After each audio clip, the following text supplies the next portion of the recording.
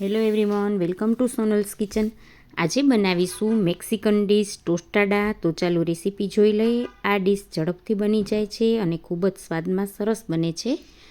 અહીંયા કુકરમાં મેં બ્લેક બીન્સ પલાળેલા જે હતા એ નાખી દીધા છે. એમાં 1 ગ્લાસ પાણી નાખી દઈશું અને અડધી ચમચી નિમક નાખી દઈશું. કુકરનું ઢાંકણ બંધ કરી અને 5 વિસલ કરી અને આપણે બ્લેક બીન્સ બાફી લેશું. અહીંયા 1 હેલેપિન્યો, ટમેટાં અને ડુંગળી અને લસણ લીધા છે.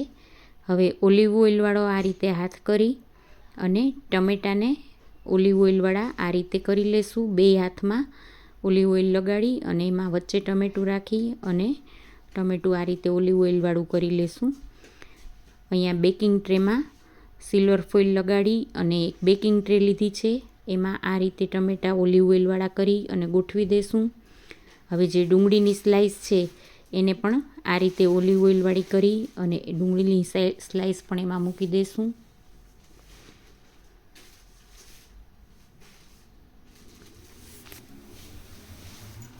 આ જ રીતે લસણની કળીને પણ ઓલિવ ઓઇલવાળી કરી અને એમાં મૂકી દઈશું.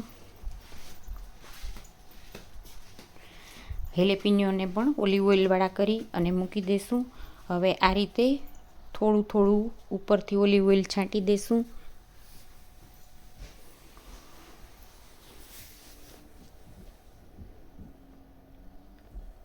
અને થોડો મરી પાવડર આ રીતે છાંટી દઈશું.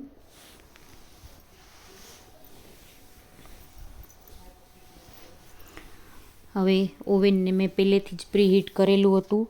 એમાં આપણે આ ટ્રે મૂકી દઈશું અને 10 મિનિટ માટે આપણે ઓવેન બંધ કરી દઈશું. 10 મિનિટ પછી જોશું તો આપણું બધું જ શાકભાજી જે મૂકેલું હતું એ સરસ રીતે શેકાઈ ગયું છે. હવે ટમેટાની મેં છાલ કાઢી લીધી છે અને આ બધું જ ભેગું કરી લઈશું. અને એને બધાને આપણે એક ચોપર લઈ અને ચોપરમાં લઈ લઈશું. હવે એમાં સ્વાદ પ્રમાણે થોડું મીઠું નાખી દઈશું.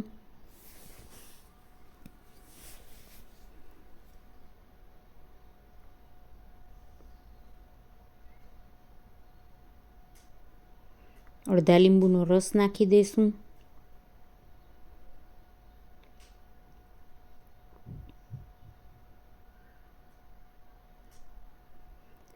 અને થોડું એવું લાલ મરચું નાખી દઈશું. જે તીખું મરચું હોય એ નાખવાનું છે. આપણો સાલ્સા સોસ તૈયાર થઈ ગયો છે. ઉપરથી થોડી કોથમીર છાંટી દઈશું. અહીંયા મેં 3 આવાકાડો લીધા છે. આવાકાડોને આ રીતે વચ્ચેથી ચાકાથી કટ કરી લઈશું. આ જ રીતે આપણે બધા આવાકાડો કટ કરી લીધા છે. વચ્ચે આ રીતે ચાકુ લઈ અને એમાં કાપા પાડી લઈશું. આ રીતે બધા જ આવાકાડોમાં આપણે ચાકાથી કટ કરી લઈશું.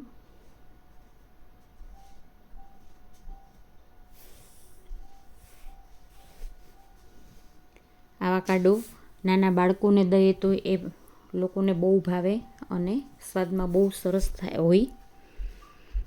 હવે ડુંગળી લઈ લઈશું. ડુંગળીને પણ આ રીતે સુધારી લઈશું.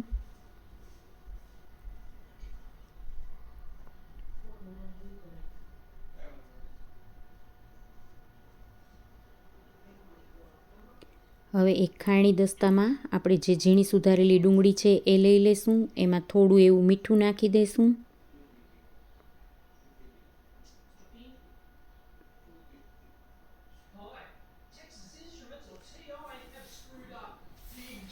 એમાં લીલું મરચું ઝીણું સુધારીને નાખી દીધું છે અને અડધા લીંબુનો રસ નાખી દઈશું.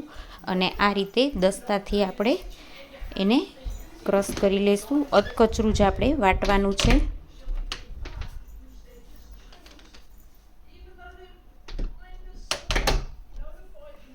આ રીતે ડુંગળીને આપણે થોડી અધકચરી ક્રશ કરી લઈશું. મરચાં અને ડુંગળીને હવે જે આપણે આવાકાડો સુધારીને રાખેલા હતા એના પીસ છે એ નાખી દઈશું.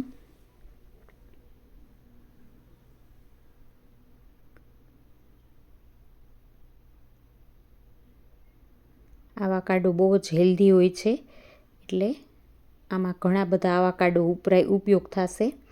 આવાકાડોના બધાના પીસ મેં નાખી દીધા છે. હવે એને આ રીતે આપણે ક્રશ કરી લેશું. આ રીતે દસ્તાથી આપણે બધું જ ક્રશ કરી લેશું. એકદમ આપણે ચટણી જેવું ક્રશ નથી કરવાનું, અધ કચરું જ રાખવાનું છે. એટલે હળવા હાથે આ રીતે મિક્સ કરતા જાશું અને આપણે એને ક્રશ કરતા જાશું. મિક્સરમાં નથી કરવાનું, આ રીતે ખાયણી દસ્તામાં આપણે અધકચરું વાટવાનું છે, એટલે બહુ જ સરસ ટેસ્ટ આવશે. હવે એમાં આપણે થોડો એવો મરી પાવડર નાખી દઈશું, ઝીણા સુધારેલા ટમેટાં નાખી દઈશું.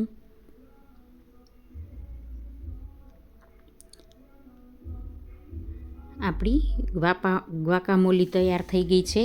બરાબર બધું મિક્સ કરી લેશું. સેન્ડવિચમાં બ્રેડની વચ્ચે રાખીને એમનેમ બાળકોને પણ આપી શકાય. ટોસ્ટાડા સાથે, નાચોસ સાથે આ બહુ જ સરસ લાગે છે. ઉપરથી થોડી કોથમીર નાખી દઈશું.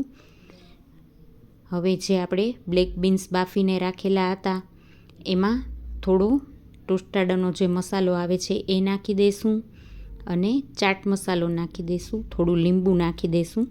બરાબર મિક્સ કરી લેશું.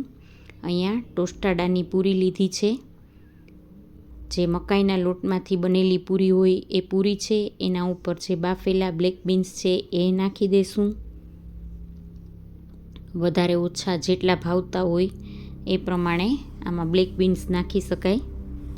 આ રીતે બધા બ્લેક બીન્સ પાથરી દઈશું. પછી એના ઉપર આપણે જે તૈયાર કરેલો સાલ્સા સોસ છે એ પાથરી દઈશું. આ રીતે ચમચીથી થોડા અંતરે થોડો આ સાલ્સા સોસ નાખી દઈશું.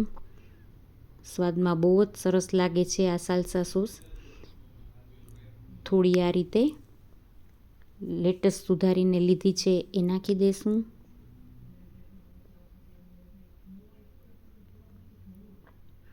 હવે જે આપણે ગ્વાકામોલી તૈયાર કરેલી છે એ આ રીતે ચમચીથી સ્પ્રેડ કરી દઈશું. બધી જ બાજુ બરાબર ચમચીથી ગ્વાકામોલી સ્પ્રેડ કરી દઈશું. ગ્વાકામોલી જેટલી ભાવતી હોય એટલી નાખવાની. હવે ઉપરથી થોડું આ રીતે ચીઝ નાખી દઈશું. ચીઝ પણ બાળકો માટે કરતા હોય તો હજી થોડુંક વધારે નાખવું હોય તો પણ નાખી શકાય. હવે એની ઉપર આપણે થોડું ક્રીમ ચીઝ નાખી દઈશું અને હવે છેલ્લે આપણે તીખો હોટ સોસ જે આવે છે એ છાંટી દઈશું. સોસ પણ આપણે સ્વાદ પ્રમાણે વધારે કે ઓછો નાખી શકાય. છેલ્લે થોડી કોથમીર છાંટી દઈશું. તૈયાર છે ટોસ્ટાડા. જરૂરથી ટ્રાય કરજો. જો તમને આ રેસીપી સારી લાગે તો લાઈક કરજો, શેર કરજો અને ચેનલને સબસ્ક્રાઈબ કરવાનું ભૂલતા નહીં.